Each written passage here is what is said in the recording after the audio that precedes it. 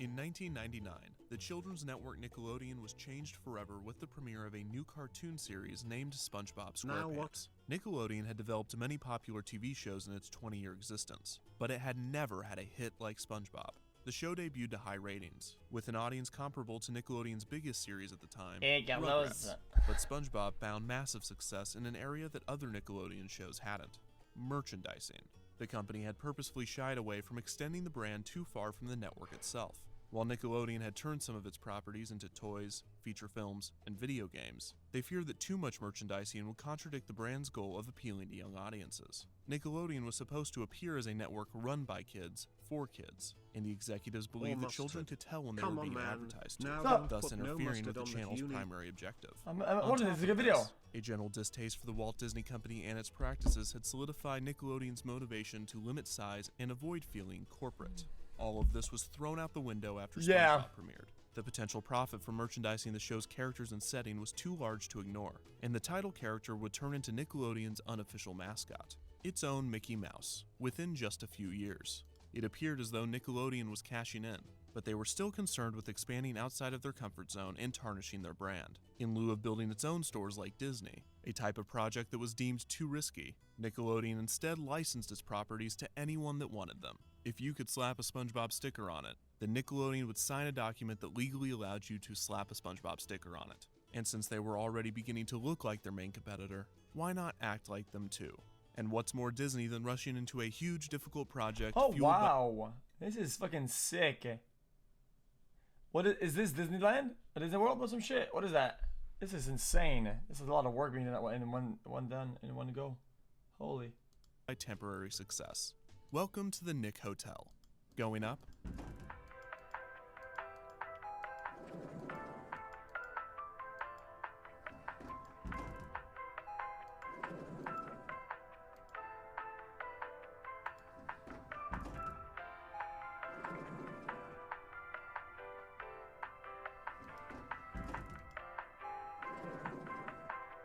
Yo, bro.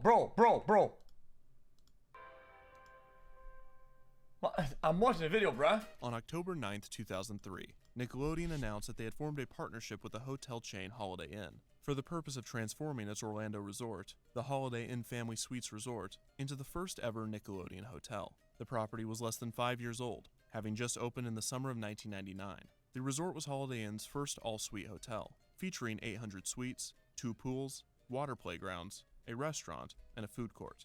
The hotel was located just east of the Walt Disney World Resort, and transportation was provided to all 4 Disney parks. Nickelodeon had originally considered constructing a new resort themselves, but decided against this due to their constant fear of failure. Orlando was of course the perfect location for the resort's pilot test. It had a huge tourist population of families and young children, and the company had 2 attractions at Universal Studios Florida, Nickelodeon Studios and the newly opened Jimmy Neutron's Nicktoon Blast. The Holiday Inn was located closer to Walt Disney World than it was to Universal Studios, but Nickelodeon would take what they could get.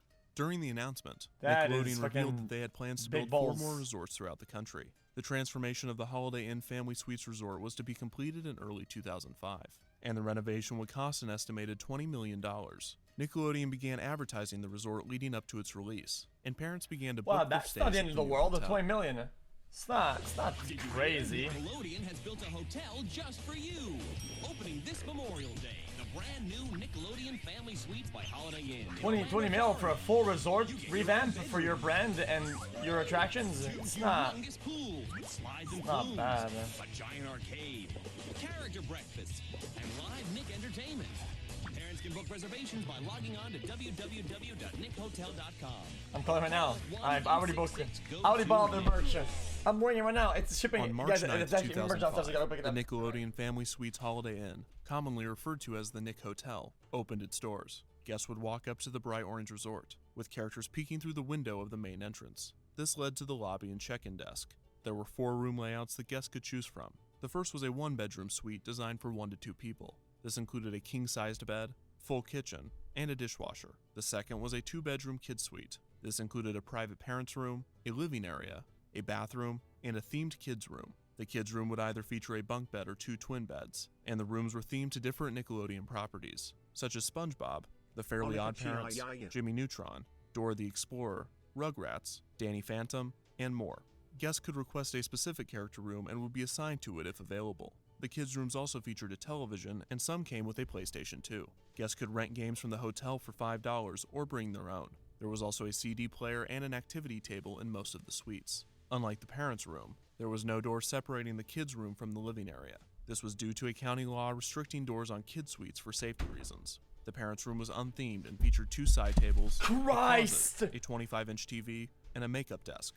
The main living area featured a pull-out couch, a rocking chair, a dining table, and a 25-inch TV. The third suite layout was I a almost broke my 3-bedroom chin on my suite. fucking This came with keyboard, 2 man. private parent rooms, both with king-sized beds, a themed kids' room with a bunk bed and pull-out cot, a full kitchen, a full dining room, and 2 bathrooms.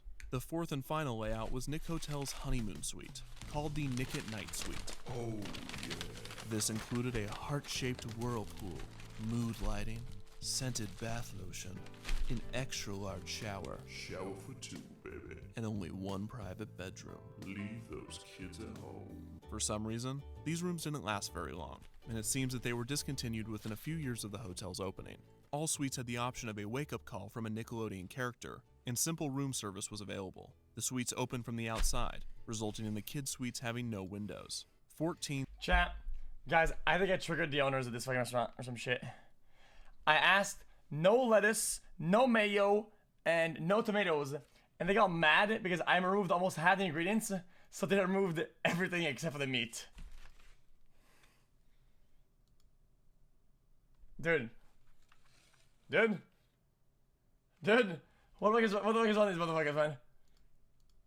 6-story buildings housed the suites. The main structure comprised of 9 buildings, enclosing the lagoon pool, and the other 5 buildings enclosed the Oasis pool. The main area also featured the lobby, the fitness center, and Studio B, which was a space for special events such as conferences, birthday parties, and starting in 2009 for unexplicable reasons, weddings.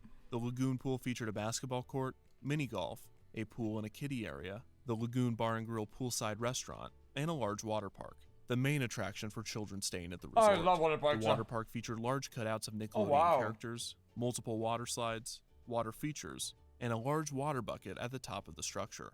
This would periodically fill up, tip over, and douse guests with water. And at certain times of the day, the water would be colored green to simulate Chat. slime. This was Where I'm from, we had a bucket like that and fall on your head, and some people get slammed because the water was too heavy.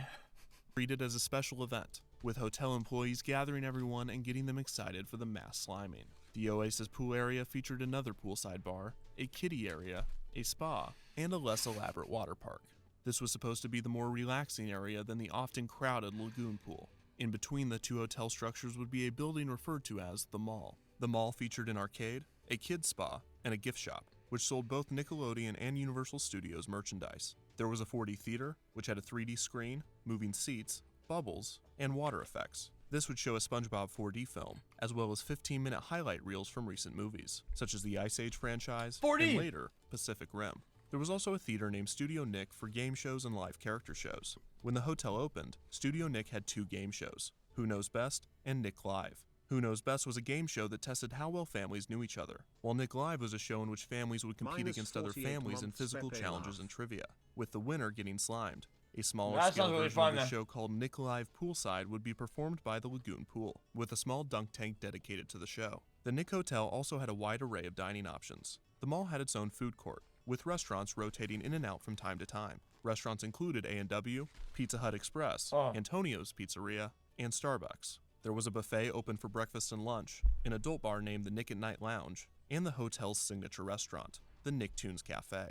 This reservation-only character dining restaurant served a breakfast and dinner buffet. The main appeal of the Nicktoons Cafe was, of course, the character meet and greets. And now a brief tangent on Nickelodeon character costumes. The Nick Hotel allowed guests to meet many of their favorite Nickelodeon characters. There were meet and greets set up throughout the hotel, Studio Nick character shows such as SpongeBob Live, and dance parties in the pool area. The art of turning a 2-dimensional cartoon into a 3-dimensional walk-around costume is underappreciated. If done correctly, it can bring a beloved character to life. If done incorrectly, it is creepy. Today, Disney's walk-around characters rarely come off as unsettling. This is because of the talented actors that portray them, the brilliant artists that design them, and years of trial and error. Nickelodeon did not have the benefit of the latter. All of the Nick Hotel character costumes seem to be designed in such a way that the characters appear as though they are always smiling for a picture. However, this only works if they are staring directly at the camera, which they almost never are. On the other hand, Disney's costumes are designed to be multi-purposed. For instance, when Mickey is smiling for a picture, he will tilt his head up slightly. By design, he appears to be smiling more from this angle. When he tilts his head back down, he is still smiling, but it is more neutral, as opposed to relentless and terrifying. Also, most Disney costumes are designed for some amount of neck movement. This gives the characters more life, as they don't appear as walking sculptures. Many of Nickelodeon's costumes featured heads that were too large to move. This resulted in a surplus of premium-grade nightmare fuel. Made worse if the children actually did have a nightmare, they would turn on their bed light to reveal the character staring at them while they sleep.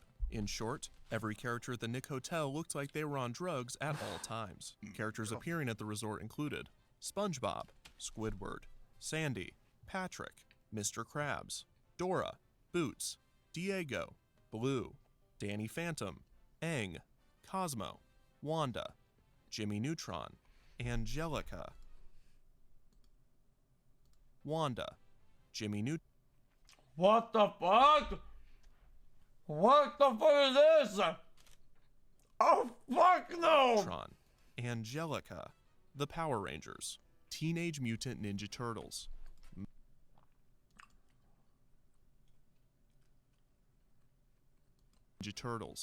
Millie and Geo of Team Umizoomi, Ming Ming Duck Ling, Fanboy and Chum Chum, Chase and Marshall, the Paw Patrol dogs, Pablo, the Bubble Guppies, and Little Bill. The costume. Who the fuck is Who the fuck is that? The costume designs improved over time, but they were still not optimal for character shows. But Squidward, today is the day that we honor the greatest sandwich in the 7 seas, the Krabby Patty. Behind the mall, there was a man-made lake. While it was not accessible to guests, various statues of Nickelodeon characters were placed on it. The hotel also had Christmas festivities named the Let It Snow Celebration. The resort was decorated in bright Christmas lights, and it offered hot chocolate and s'mores around fire pits. Many of the walk-around characters were dressed in seasonal costumes, and there was a special Studio Nick character show called Celebrate Nickmas. So, how much did it cost? The renovation to create the resort ended up costing around $25 million, and a total of 777 suites were available to book. Prices fluctuated throughout the year. A 2-bedroom kid suite cost between $135 and $275 a night, while a 3-bedroom kid suite cost between $300 and $600 a night. The buffet was around $10 for adults, $8 for kids, and free for anyone under 12. The Nicktoons Cafe character dining cost $17 for an adult and $10 for kids. An all-access wristband in later years would allow guests access to the 4D experience and other activities in the mall area. This cost around $20. Right. So if you did the math, a family of 4 spending 2 nights and a full day at the hotel would cost over $750 during peak season. But you go to Disney World, it's more expensive. It's more. $50 during peak season. It's more. While this was expensive, the Nick Hotel Disney World doesn't give a shit. They can ramp the prices up all the way to the wazoo. People will still go. They can max that shit up. They do not care. operated People will as a still go. resort, with enough activities and attractions to keep guests on property during their stay.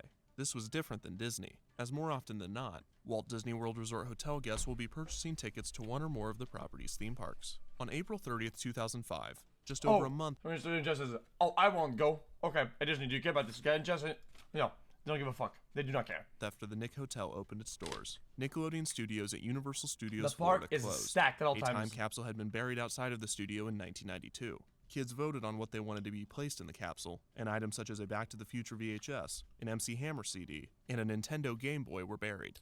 The capsule was to remain for 50 years, to be opened in 2042.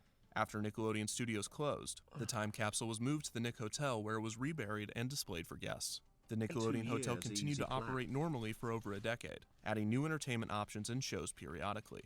In May of 2012, Double Dare Live, a new game show at Studio Nick based off of the hit TV show, debuted. In 2014, the Teenage Mutant Ninja Turtles Summer of the Shell began. Some rooms were rethemed to the heroes, and a laser maze based off of the TV. They still look just high.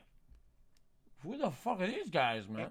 Some rooms were rethemed to the hero teen. The teen Teenage Mutant Ninja Turtles Summer of the Shell began. Some rooms were rethemed to the heroes, and a laser maze based off of the TV show was added to the mall. In 2015, the Nick that's fun. Hotel celebrated its 10th anniversary, but just a month after the celebration ended, the Nick Hotel would receive some devastating news. On January 29, 2016, Nickelodeon announced that the Nickelodeon Family Suites would be rebranded back into a Holiday Inn. The news, while sad for many, was not necessarily shocking. There were a few signs that the Nick Hotel might not be around for much longer. For one, Nickelodeon had a severely reduced presence at Universal Studios Florida, since Nickelodeon Studios had closed in 2005 and Jimmy Neutron's Nicktoon Blast had closed in 2011. While walk-around characters still appeared at the park, there was no attraction dedicated to Nickelodeon. This made marketing the resort and the park together slightly more difficult, and more than anything, it was an indication that an era of Nickelodeon was over. By 2016, the original branding was dated, as all of the shows... Chat, let's be honest, chat. I feel like the model of 3D animation of Jimmy Neutron wasn't, like, gonna stick around. I think it had a good sweet spot. It had, like, a good timing for its existence. It just Except wasn't... SpongeBob and the Fairly Odd Parents had ended. Another issue was that the concept for It the lacks resort was flawed from the adaptability. beginning. The Nick Hotel operated like an all-inclusive resort, similar to those found in tropical destinations. The problem was that the Nick Hotel was in the middle of Orlando. This made guests feel claustrophobic, as the resort was not sitting next to an ocean. They also wanted to go experience Orlando's many attractions. But for the price of the Nick Hotel, guests needed to stay on property to get their money's worth. However, these were all minor issues. The biggest reason for the debranding was Nickelodeon's new partnership with Charisma Hotels. This was created to build Nickelodeon resorts throughout the world. The company had never gone through with the plans for expansion with Holiday Inn, most likely due to the Nick Hotel not being a massive success. The resort was popular, but it was clear that the Holiday Inn concept wouldn't work outside of Orlando. The first Nickelodeon resort with Charisma Hotels would open in Punta Cana in the Dominican Republic later in 2016. The new resort would have many attractions similar to the Nick Hotel, but it had a more elegant and subtle design and was located on a beach. The Punta Cana resort was met with glowing reviews, and another resort is set to open in Riviera Maya, Mexico in 2019. Since Nickelodeon was focusing on a more luxurious resort brand, they decided to end their licensing contract with Holiday Inn. There was also one more reason for the closure. The hotel was not in great shape. The Nickelodeon Hotel, 10 years later. These images may be disturbing.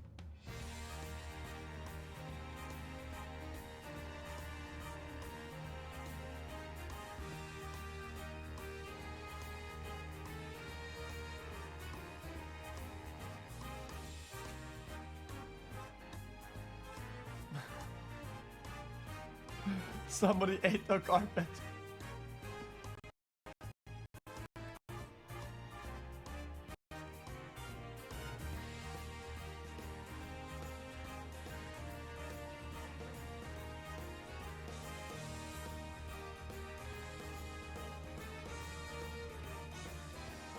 Well, that's dangerous. Oh, what the By fuck? 2016, Why? the Nick Hotel desperately needed a renovation. This meant either updating all of the Nickelodeon characters and properties, or removing them completely. The timing just happened to be perfect to end the contract. The resort was to receive a $30 million renovation along with the debranding. It was set to reopen on April 17, 2016. However, construction delays pushed the project back nearly 2 months. Having been announced in January that it was to close, this put the Nick Hotel in a state of limbo for 5 months, and the hotel stayed open for most of the transformation. During this time, certain activities were discontinued, buildings were being repainted, and logos were being removed. The time capsule was once again dug up and moved to the Nickelodeon studios in Burbank. Less people were staying at the hotel during this time, and the resort felt abandoned. Many of the themed kid suites remained, despite the rest of the hotel being given a blue paint job and replacing all Nickelodeon logos with Holiday Inn. Many of the TVs and appliances had not been replaced since the hotel opened. The mall area was almost completely silent, with many of the attractions and restaurants being renovated or removed. Finally, on June 1, 2016, the resort reopened as the Holiday Inn Orlando Suites. The hotel still hosts family game shows, the food court reopened with some new restaurants, the water bucket is now dyed dark blue at certain times, the 4D theater now shows some generic movie, the laser maze is now themed to Batman, and the gift shop now sells both Nickelodeon and Disney merchandise. The prices have also dropped significantly, now typically below $100 a night for a room with a kid suite. The Nick Hotel was an interesting experiment to say the least, because it didn't not work. Attendance was consistent, it wasn't completely neglected by either company, and it avoided what would have probably been a disastrous expansion. At the same time, it wasn't perfect. The design was cheesy, the activities were immature, and there was little to nothing for parents. Plus, Holiday Inn, known more for having economical prices rather than luxurious facilities, was probably not the best choice for the partnership. Nickelodeon made the right decision in partnering with pretty Charisma crazy. Hotels, and it is possible that many new Nickelodeon resorts will open in the future. There's While New these World new does resorts all best that the better. Nickelodeon family suites in almost every category, it is still disappointing to see such an elaborate entertainment experience disappear. Seeing the debranded hotel, a skeleton of what it once was, is devastating to those that stayed there and the many more that wanted to. While it might be gone, the Nick Hotel leaves behind a decade of memories of Nickelodeon Yeah, fans. because as an adult, you go to Disney or Universal, whatever the fuck. Even as an adult, you want to sit down, you go to fucking Harry Potter, you get some Harry Potter bullshit, fucking butterscotch beer shit. Drink some of that. You know, there's stuff to do for adults, you know? Having the best day ever. That's how it is. That's how it is. There's stuff for adults. It attracts both the adults and the kids, so which gives them the whole family a reason to go, man. This is called Marvel